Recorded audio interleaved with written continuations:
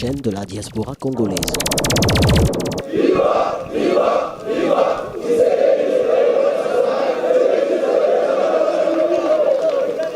Merci. Ya liboso na ngina napesa bino mbote.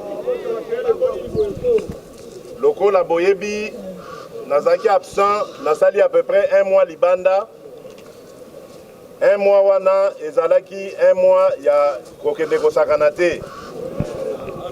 Po bao bayebi mwa muke klima ya poto mikolo na poto esengeli kozala mosika na poto po malili moko eza kuna ya kosakana te.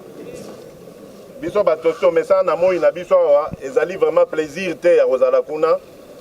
Soki nazalaki kuna ezalaki po na mosala na koyebisa bino na mokuse pe po na kotanga na koloba nyonso ate. Moi ba résultat ya mosala wana. Mais avant to banda na ngina nasala reproche na bandeko ebele ya ba o bavandi likolo ya mur. Na félicité ba o batelemaki tango hymne national. Hymne ya parti plutôt, pardon. Mais naza ko reprocher na bandeko o batikalaki ya kofanda tango hymne ya parti ezali ko betama. Hymne ya parti ezali bomoto na biso, bozaleli na biso. Tango ezali koyembama moto nyonso esengeli atelema apesa ngo lokumu. Parce que yango nde moto ezali komema biso pe ekomema biso tina victoire.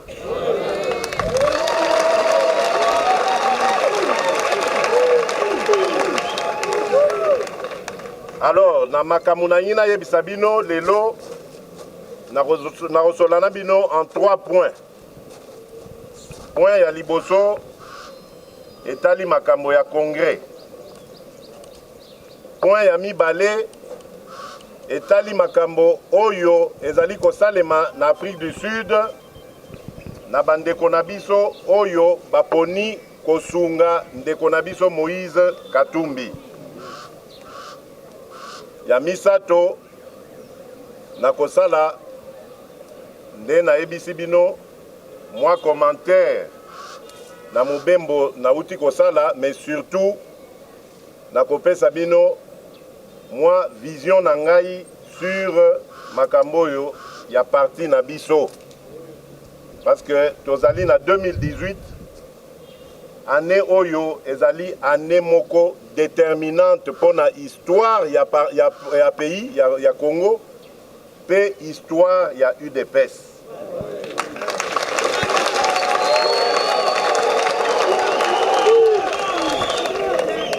Na makambo oyo etali congrès na koki koloba na bino très sûr na mission oyo mokonzi na biso secrétaire général atindaki biso ya ko sensibiliser ya koluka ba moyen ya koluka ba contribution ya ndenge na ndenge pona congrès na biso na koki kozala na assurance ya koyebisa bino que congrès ekozala na mois de mars oyo. Amen.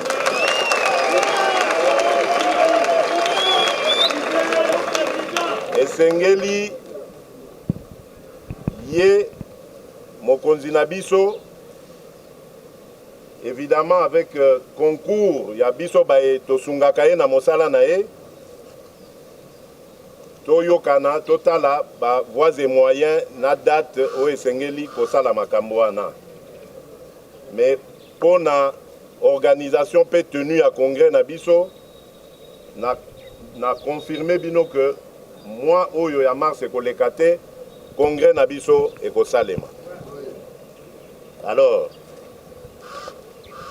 pona bongo boyebi que congrès na biso ezali congrès historique parce que ezali premier congrès esalemi oyo président na biso historique pe akozala te ekozala congrès oyo ekopona successeur ya Etienne Tshisekedi wa Mulumba. Congrès Nabiso et soulever au babengi na lopoto ba passion mingi. Et pourtant tozali bana ya famille moko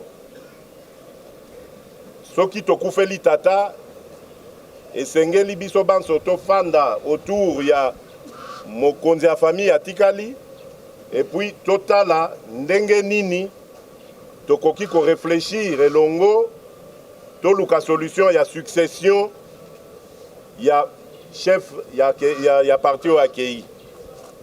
Mais nazali na pasi ya komona pe koyoka ba polémique inutile oyo ezali kosalema autour ya likambo ya congrès ya parti.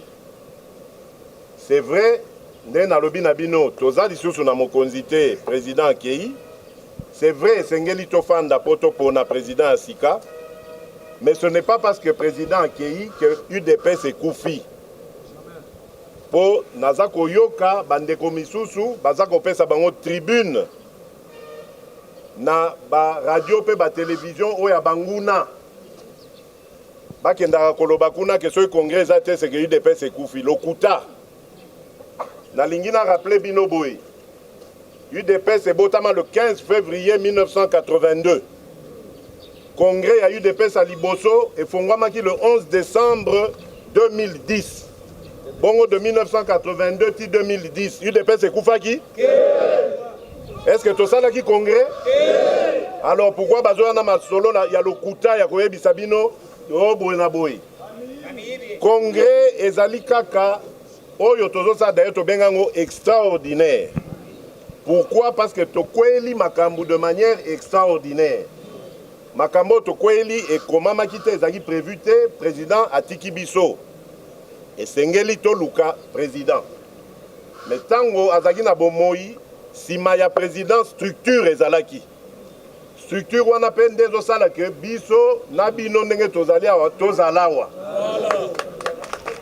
Alors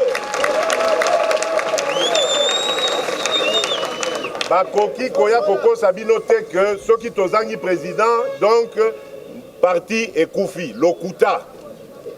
Soki tolingi kozwa siko président ezalika po tozala conforme na ba statut na biso.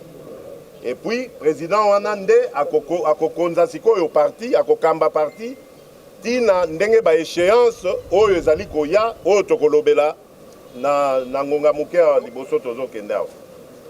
Donc congrès na biso ekosalema tango parti na biso ekozala en ordre po esala yango. Tozali na pression ya mutu te na condition ya mutu te. Et d'ailleurs soki botali malamu na kati ya bato bazosala makelele wana bokokuta ke ebele bapesi ata mbongo na bango ya cotisation te po congrès.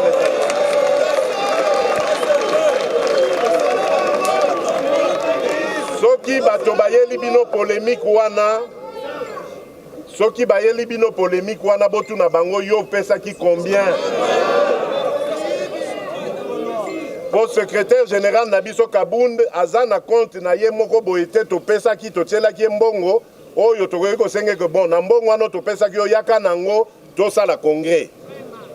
Azali na ba responsabilité ya koluka pe aluka ki a lancé eloko babengi carte ya ba membre. Boni kati na biso basi basombi carte wana. Parce que mbongo ya parti ekotaka nde na ndenge wana. Alansaki eloko babengi cotisation participation de la fédération tina likolo. Boni kati na biso toza déjà en ordre avec ba recommandation wana. Alors soki oyebi ke opesa ata moi likuta na okuna te kanga monoko na yo tika makelele.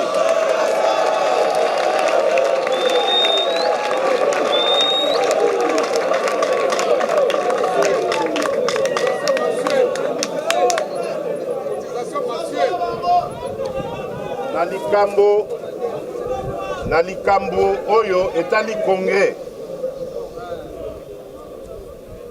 nalingi napesa bino pe sango oyo euti pa na nga moko. Nazali mwana na bino. Politiquement nabotama na UDPS. Banda pe nabotama nakenda kotepa epai mosusu te. UDPS ezali libota na ngai politique. Ekomi pe libota na nga idéologique parce que naza na bayaya pe baleki idéologique na parti oyo.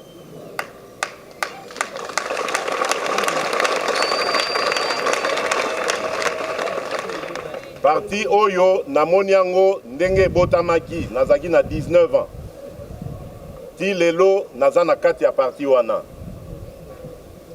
Tango ba fondateur basalaki parti oyo tomonaka bango tozwaka exemple wana tozwaka pe engagement ya koyebisa bango ke mokolo bakozala te toko continuer œuvre na bango ti suka.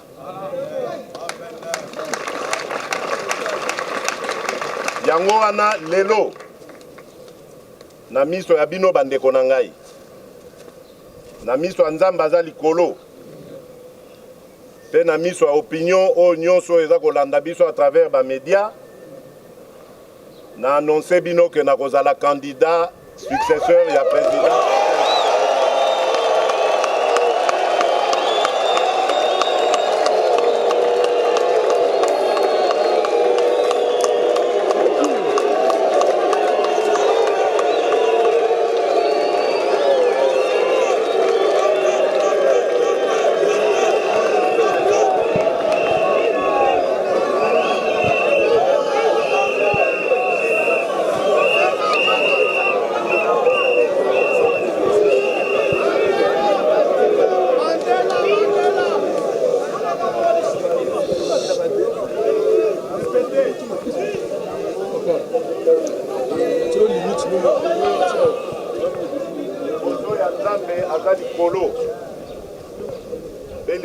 Opinion mobimba national et international na annoncé bino candidature na ngai na succession ya Etienne Tshisekedi wa Mulumba.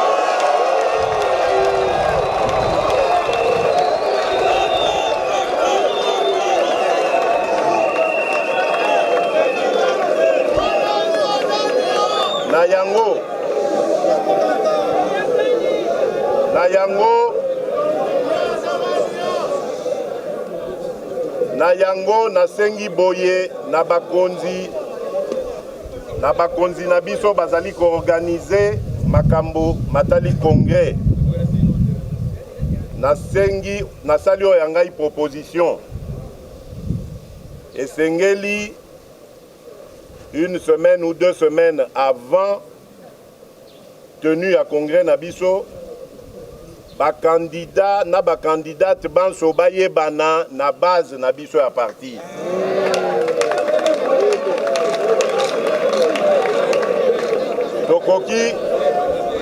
Tokoki kotolérer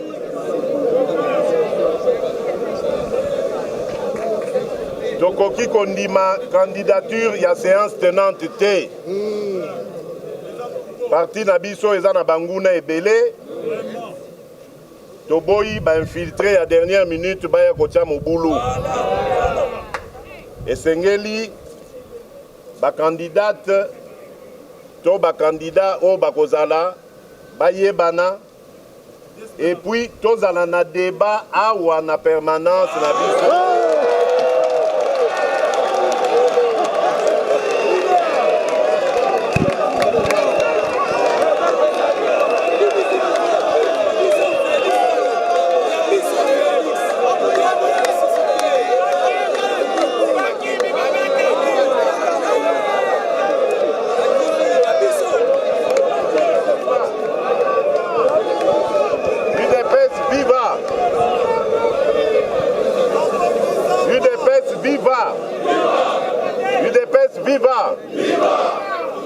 Voilà. Donc nasengi soki ba organisateur ba koyi ko permettre yango tout ça la débat na miso ya base na biso ezala pe filmé pour bandeko o bakozala wate bamona yango bamona que na UDPS démocratie ya solo ezali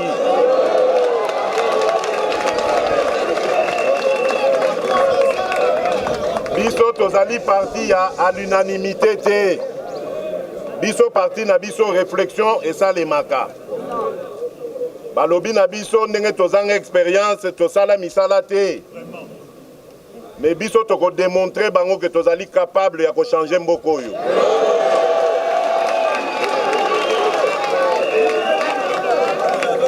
congrès na biso ekozala congrès ya bwanya congrès oyo il faut pesa exemple na ba parti politique congolais nyonso parce que après congrès na biso soki ngai na ponami bozala sûr que nakotia bino nyonso na mosala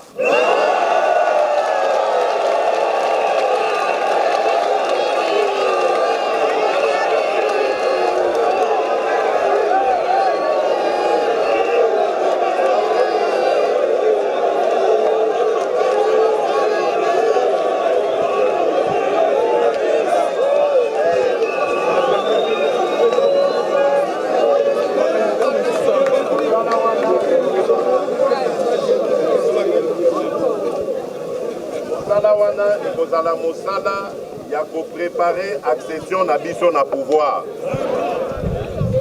po bato ebele bakanisaka soki bakomi na pouvoir ekomi tour na bango balia alors que pouvoir ezali service oza komitia na service ya peuple na yo okomi mongamba ya peuple na yo donc boyeba que nako préparer bino nako koma bangamba ya ba congolaise na ba congolais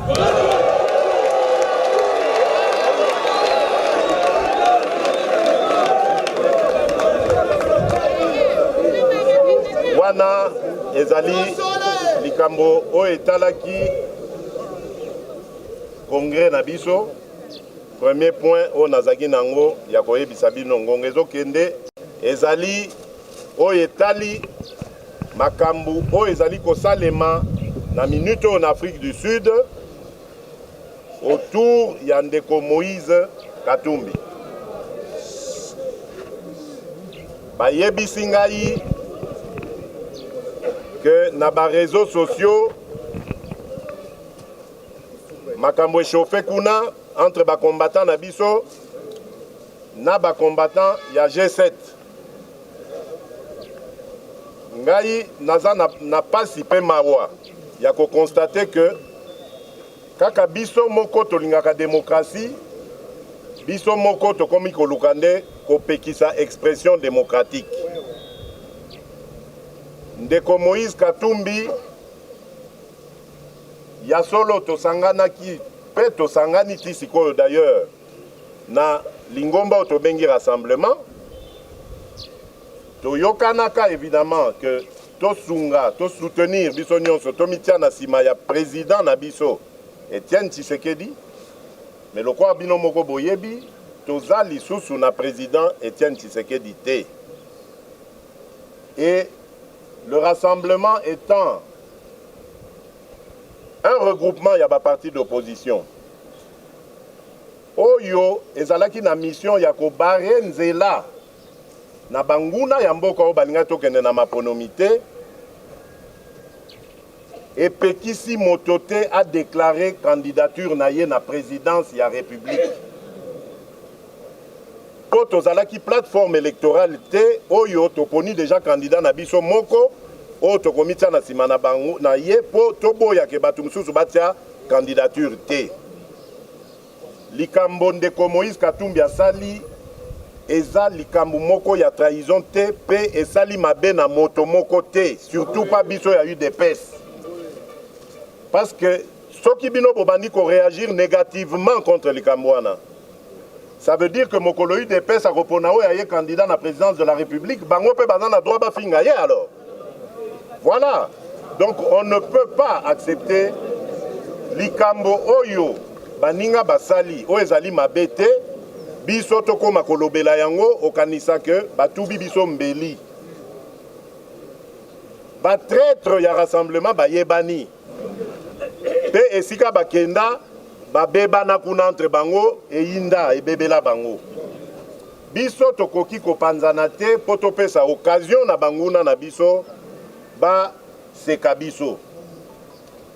Rassemblement ndenge na lobi awa mission na yango ezalaki ya kobare nzela na Kabila. Jamais tolobaki que tomisangisi po tozala na sima ya. Oui, ezalaka valable tango ya président. Quoi que ezalaka nanu plateforme électorale te, mais biso banso topona qui est président na biso. Et ceux qui makambo kendeki bien, yende alingaka zala président, candidat plutôt ya rassemblement pour la présidence de la République.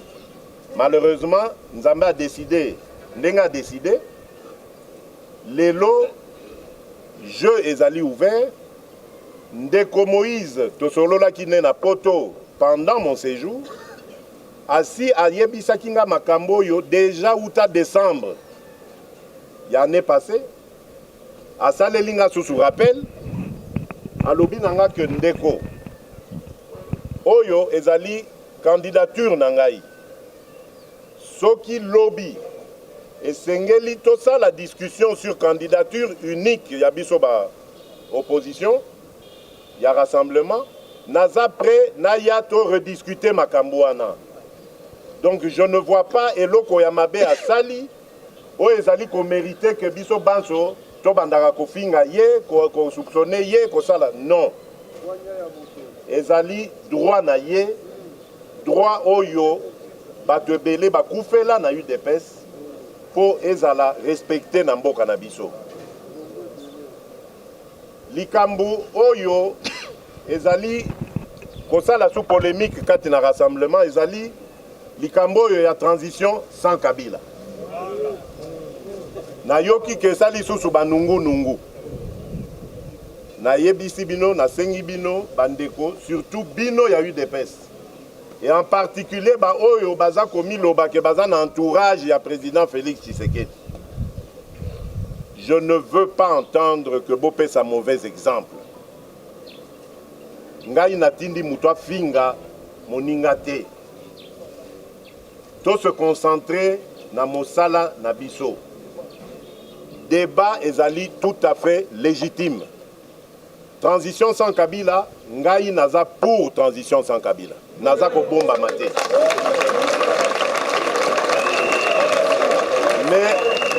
Mais en même temps, nazali ko tolérer que baninga o bazali na ngai lisanga moko bazala na opinion contraire. Opinion wana euti wape sengeli boye bayango. D'ailleurs, ici quand na uti awa na uti lisusu ko défendre yango. Mais ça n'a pas non je ne peux pas dire que tu as eu gain de cause, mais tu faire avancer cause na biso. Biso tozoloba que tu sali accord au babengi à Saint-Sylvestre. Accord wana sengela ki que to konzamboko ensemble pendant ce temps élection ko salema Conseil national a suivi accord ezali ezolandela makambo ndenge to komati na élection.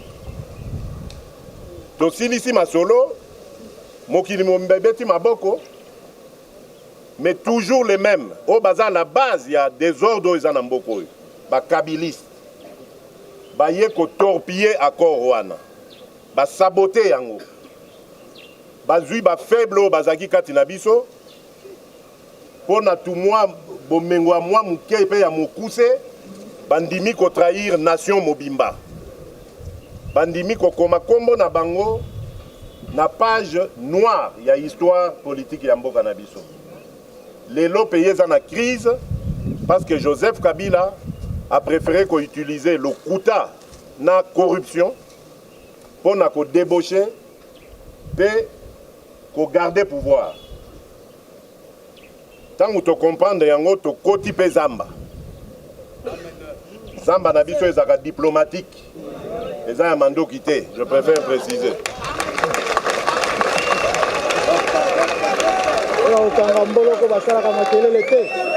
Totamboli mokili mobimba ye mutu akanisaki ke asali oyo aye rassemblement ye mutu akanisaki ke azo contrôler makambo naza na esengo koyebisa bino ke aza kocontrôler eloko moko te.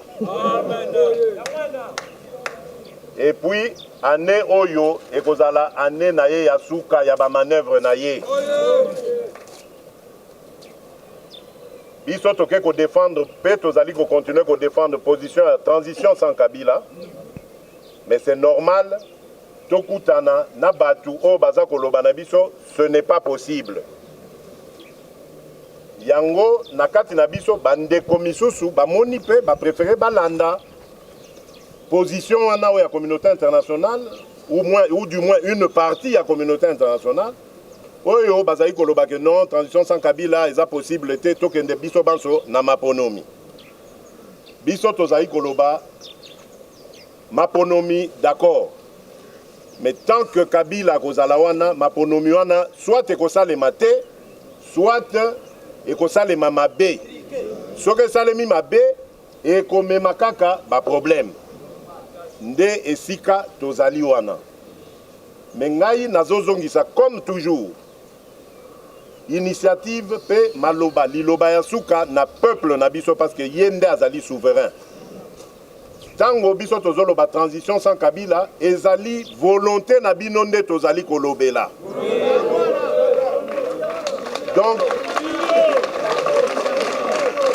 donc nga nakoki kotika te ba influencer ngai parce que peuple na ngai azali na position claire. Donc bako influencer ngai te po nga nako mitia na position à peuple après avoir moi-même expérimenté mauvaise foi, manque de respect et engagement de la parole donnée. Donc je conclus aussi que peuple azan a raison et sengeli to bengana monguna. Nako benganana tozui toloba allié objectif na likambo tozali koluka. C'est-à-dire changement ya mboka na biso. Allié objectif wana ezali coordination ya balaïque ya Congo. Comité ya balaïque oyo ya coordination boyebi oyo lancé ba marche oyo église catholique soutenir. Batu wana bayende ko bakisa kaka mayele na position oyo biso tozaki na yango. C'est vrai que bango bazolo bate que transition sans Kabila mais toyebi malamu que soki peuple oyo tozali ko benga na ba marche union sur zo salemana et décider que transition eko salema sans Kabila moto moko te ezala awa na Congo ezala na communauté internationale akoki kote le la peuple na biso. Voilà pourquoi biso tozali ko encourager bino na position wana. Pe tozali ko continuer ko lobe la position wana ya transition sans Kabila. Po to moni eloko asaleli biso ya malonga te. 17 ans de pouvoir, 17 ans de souffrance. Mais pendant que biso toza na souffrance ya zozwa bomengo. Bomengo nyonso ya mboka aza kozwango mpo na ye na famille na ye. Soki tolobi toloba o non babeti masasi babomi biso. Alors avec moto ndenge wana tokenene na ba élection pour lobi bapesana basa l'échange de pouvoir na auto voter na ndimite ka koyi kozana na état d'esprit wana.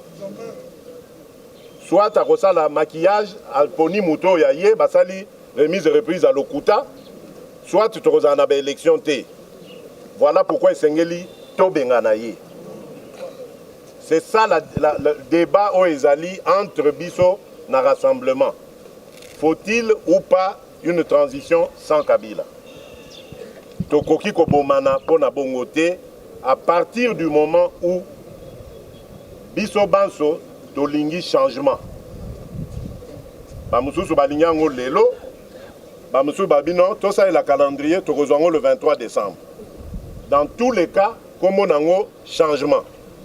Dans tous les cas, comme on a les médiocres dégagent.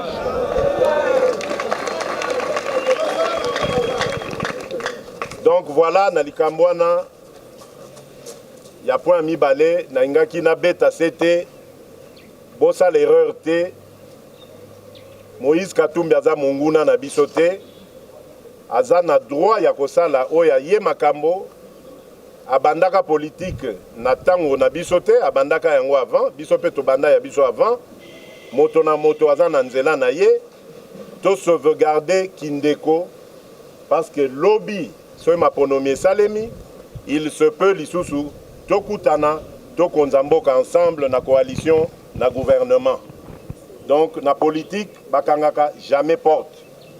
Na politique il faut rester ouvert parce que muto salaka décision na politique ezali peuple. Tango biso tozali komi benga ba leader eza po bino nde bozopesa biso makasi wana. Lo biso ki bolongoli confiance na biso na bino kati na biso tokokoma motopamba batopamba kaka tozoleka bolo kwa balekinzela simple. Donc bobo sana eloko wana te, la force c'est vous. Force bino nde bopesaka yango, légitimité bino nde bopesaka yango. Alors na suka likambo suka na lingi kaka napesa moi vision parce que vous comprendre que dans le lobby moi ndambo ya makambo ya communauté internationale nangina loba pour terminer boye que UDPS et Sengeli Tomitia na o babengi ordre de bataille bisika na uti bato nyonso na kutani na bango oyo bokoki koyeba na bamisu boyebi te bango nyonso baza unanime balobi vous êtes la première force de ce pays-là.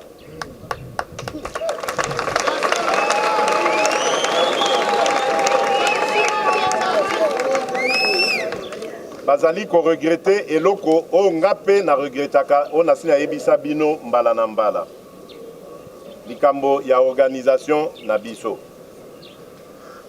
ngai natalaka ba réseaux sociaux te. Mais quand ça m'arrive, il m'arrive parfois, moi, je suis en bois qui moi lisse. Dans mon ndenge, bana ya eu des pes. Bazali ko fingana na ba réseaux sociaux. Bana ya eu des pes. Bazali ko finga bakonzi na bango na ba réseaux sociaux. Nazo mituna, est-ce que baza vraiment ko mérité comme bana ya bana ya eu des pes? Comment bokoki kokamata mokonzi na biso secrétaire général bo conjuguer à tous les temps à toutes les personnes pe boza ko espérer que lobby UDPS et ça la eloko ya malonga boye babino nyonso ndenge bozawa ezala ba cadre baza na fonction ezala ba combattant simple biso nyonso tozali ba vitrine ya UDPS à travers comportement na biso nde batangaka bakokaka ko comprendre UDPS eza ndenge nini. Malheureusement biso batu tomesanaka kozala distinguer na débat parce que sika mutu UDPS a solo à côté sa esprit azali débat ezalaka toujours na hauteur moko boye. Malheureusement bayebaka biso ndenge wana lelo bayebi biso bato ba dégâts tolongwe bato ba débat tokomi bato ba dégâts. Réseaux sociaux ezali esika ba lien ezo salema. Normalement esengeli to mona comment tozo gagner ba âme ya ba combattant misusu ya ba militant ba parti misusu. Réseaux sociaux eza bisika o esengeli ko finga matin et surtout pas kobimisa ba secret na biso misusu a lokuta o ya kati anda kokotia polele. Ba parti o biso tolobaka toleki wana. Est-ce que bon na ba militant na bango bazotia biloko na bango ya ba chef na bango na polele? Même soko yoki ke o moko mutu moko a démissionné. Jamais koyoka ka démissionner banyo lo bazo finga, jamais. Mais o utakaka na le plus grand parti, la première force politique ya Congo. Ce n'est pas normal. UDPS otokosa la lobby, eza UDPS oyo bolingo et ko régner na kati. Bobo sana maloba ya président na biso te azaka koloba Congolais linga moninga na yo Congolais linga Congo. Esprit wana nde tokozongisa na parti. Délégué na biso azala kuna. Oyo biso toponi. Garantie ami balé ezali machine wana o bazo benga a voter o biso tozali koloba machine à tricher et longwa. Et ensuite fichier oyo batondisi ba mineur, ba étranger, ba nani na kat fichier wana il faut ko zongisa yango ko assainir yango. Soki makambo eza clair ndenge wana tokoki ko contrôler biso nyonso processus électoral parce que si mana yango faudra to désigner ba témoin na biso ba kozala partout défi wana il faut to relever yango. Faut to zana ba témoin bisika nyonso na Congo pour le même jour ba koka kopesa biso résultat. Donc biso tokoye ba résultat na biso le même jour. Mais nyonso wana esengi organisation, nyonso wana esengi unité et donc esengeli tokende liboso. Formation bozala sur na yango, ce sera mon exigence de candidat. Soki naza élu lobby, formation parce que ebele kati na biso awa toyebi même pas de devise ya parti na biso. OB Télévision, la chaîne de la diaspora congolaise. OB Télévision, la chaîne de la diaspora congolaise.